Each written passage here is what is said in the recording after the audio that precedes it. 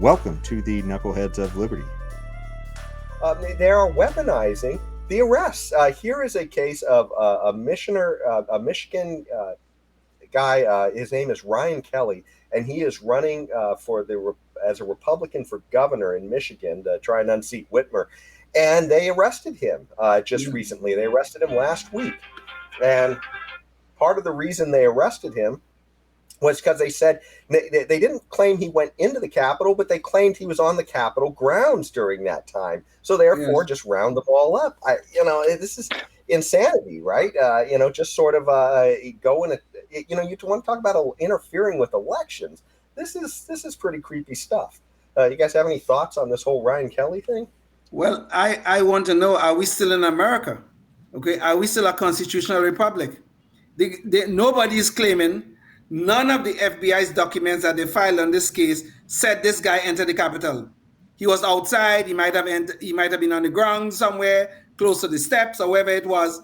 Nobody's claiming he entered the Capitol, but yet they're arresting this guy, this particular guy. Why? Okay, he's not denying that he was in the rally. He's not denying that, but yet they arrested him. What's going on here? Are we still in a constitutional republic here? No. Where are we, in China or North Korea? Where are we now? We're not. We're in a increasingly totalitarian regime, top down, centrally planned.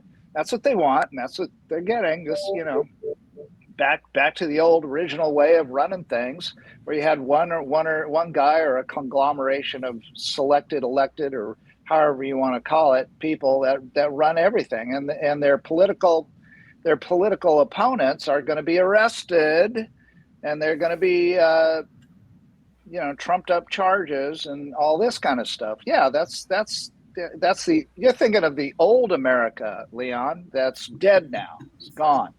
After COVID, it's totally gone. Sorry, I'm just cynical. I know. That's the way it is. But there's a side issue here. I don't know what's going on here. The side issue here that is not being investigated, I don't have answers. But there's also another side issue, which is the role of the FBI in those riots. There was a guy by the name of Ray Epps, who we have on video. I think it might have been even the day before the actual riot, might have been on January 5th, on video, encouraging people, we have to go into the Capitol. We have to go into the Capitol. That's what he was saying. He's on video saying this. Somebody, I don't know who took the video, but it's on video. It was showed on Fox News. And nobody's investigating this guy deeply. It is claimed, and I don't know if this part is true, that this guy was an FBI informant or is an FBI informant. If he is or was he working for the FBI that day? We don't know. But he is on video encouraging people to breach the Capitol. There he is. And he have not been arrested. Notice, he have not been arrested. Okay? He's on video making claim, telling people to breach the Capitol. This other guy from Michigan, he was just on the Capitol grounds. The guy on Ray Kelly, or Kelly, whatever Kelly his name was, he was arrested for being on the Capitol grounds. We have somebody actually encouraging people to breach the Capitol, and he have not been arrested. Well, doesn't that look a little bit suspicious? And what kind of cements this as well is this whole Whitmer thing that happened. We talked about this on the show earlier, where there was a plot to kidnap Whitmer, but it turned out there were more FBI agents involved in the plot than there was actually conspirators.